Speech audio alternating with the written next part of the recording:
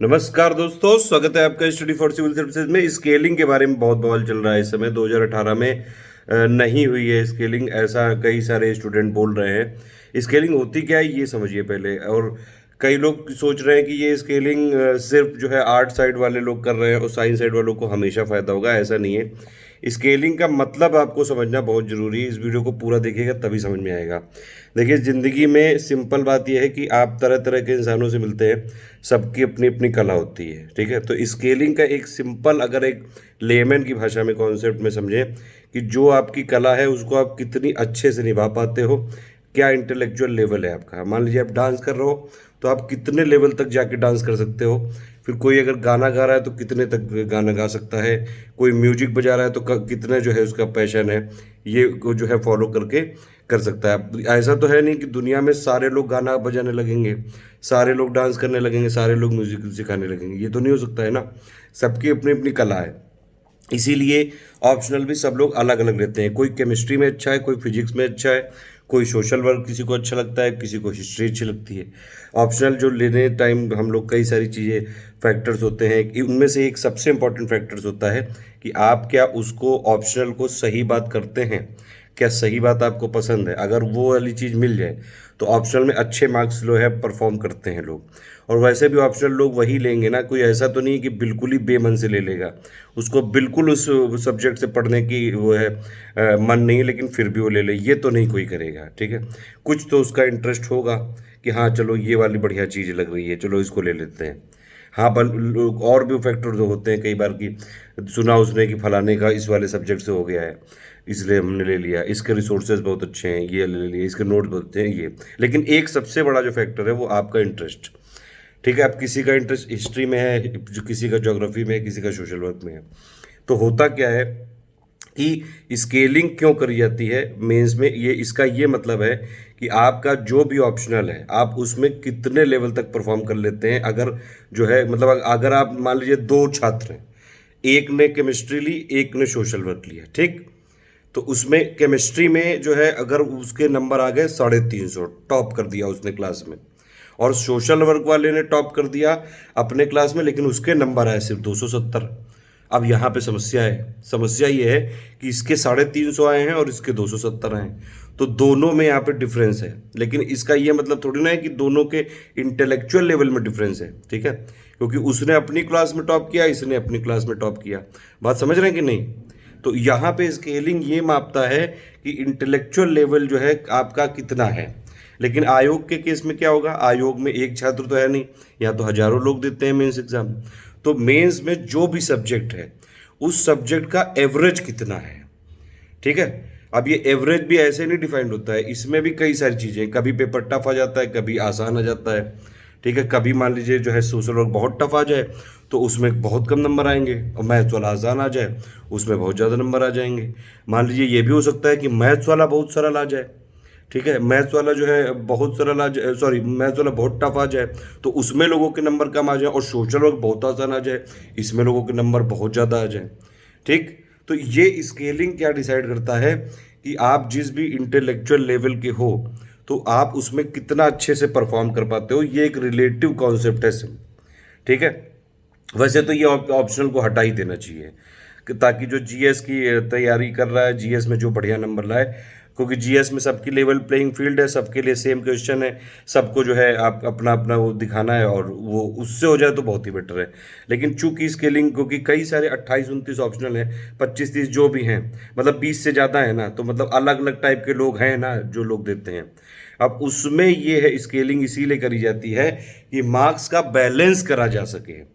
अगर मान लीजिए मैथ्स का पेपर बहुत ज़्यादा सरल आ गया है, उसमें एवरेज लोगों के अगर आप देखें 350, 370 एवरेज अगर आपने निकाला, मान लीजिए 1000 लोगों ने दिया मैथ का पेपर, उसमें एवरेज आया भैया स्टूडेंट का 340 नंबर, ठीक। इधर जो है सोशल वर्क या हिस्ट्री का कोई उठा लो, कोई और जो है ऑप्शनल उठा लो, आप कोई भी उठा लो ह्यूमैनिटी का, उसमें सारे लोग, उसमें भी इतने ही लोग थे जनता, लेकिन उसमें एवरेज नंबर आया है भैया 260। अब यहाँ पे 340 और यहाँ पे 260, तो ये थोड़ी ना है कि ये सारे लोग बेवकूफ़ भरे बैठे हैं। अरे उनका उसमें इंटरेस्ट है, उन्होंने वो वाला ले लिया। कभी ये भी होगा कि मान लीजिए सोशल वर्क का बहुत सारा आ जाए, उसमें सबके 290 आ जाए, एवरेज निकाला अगर आपने, और मैथ का इतना टफ आ जाए कि बिल्कुल जो है तोते उड़ जाएं, और उसमें यहाँ पे मैथ में एवरेज अगर 250 चला जाए, तो यहाँ पे किसी के साथ पक्षपात ना हो, इसीलिए स्केलिंग अपनाने का कॉन्सेप्ट है, ये ऑब्जेक्टिव था। लेकिन आयोग ने आज तक जो है पहले एक बार किया था, इसका फॉर्मूला वार्मूला पूरा बताया था, ताकि रिलेटिव जो आपके साथ चीज़ें हुई हैं वो रिलेटिवली बैलेंस कर दो।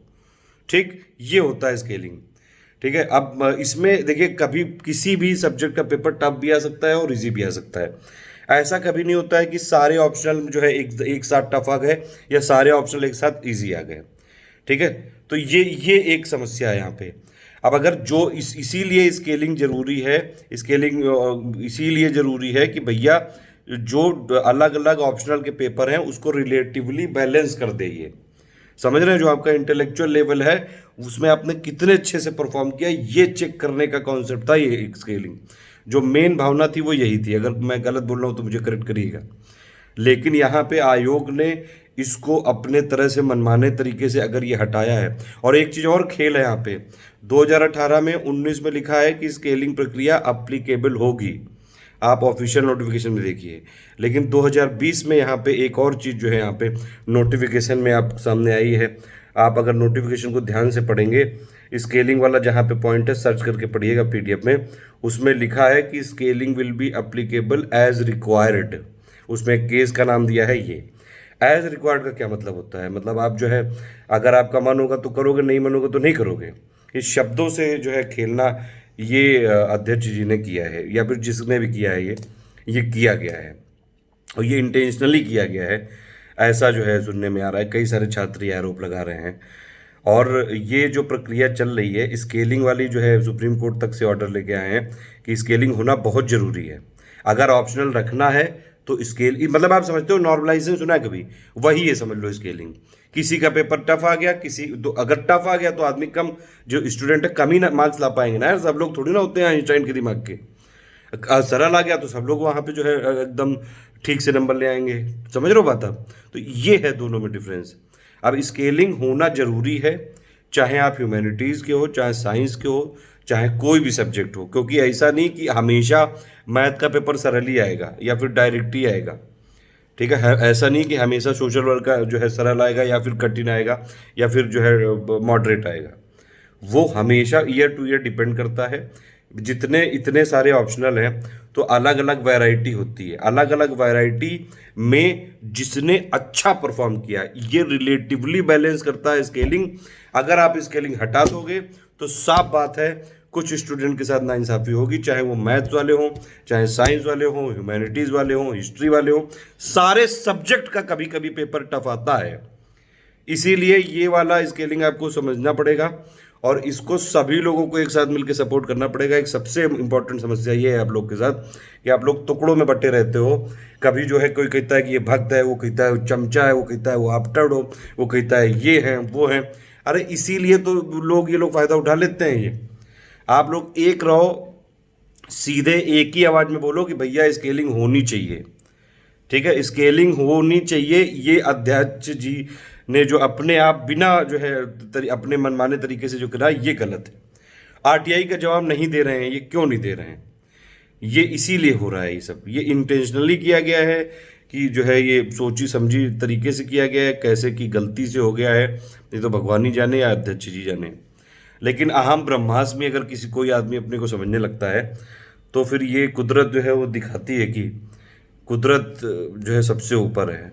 सब कभी भी किसी को इतना घमंड नहीं करना चाहिए कि मतलब आप बाकी लोगों को कीड़ा मकोड़ा समझने लगो। अगर कोई ऐसा कर रहा है तो फिर सबका हिसाब करता है, कर्मा सबको देख रहा है। ऑल द बेस्ट है, जय हिंद।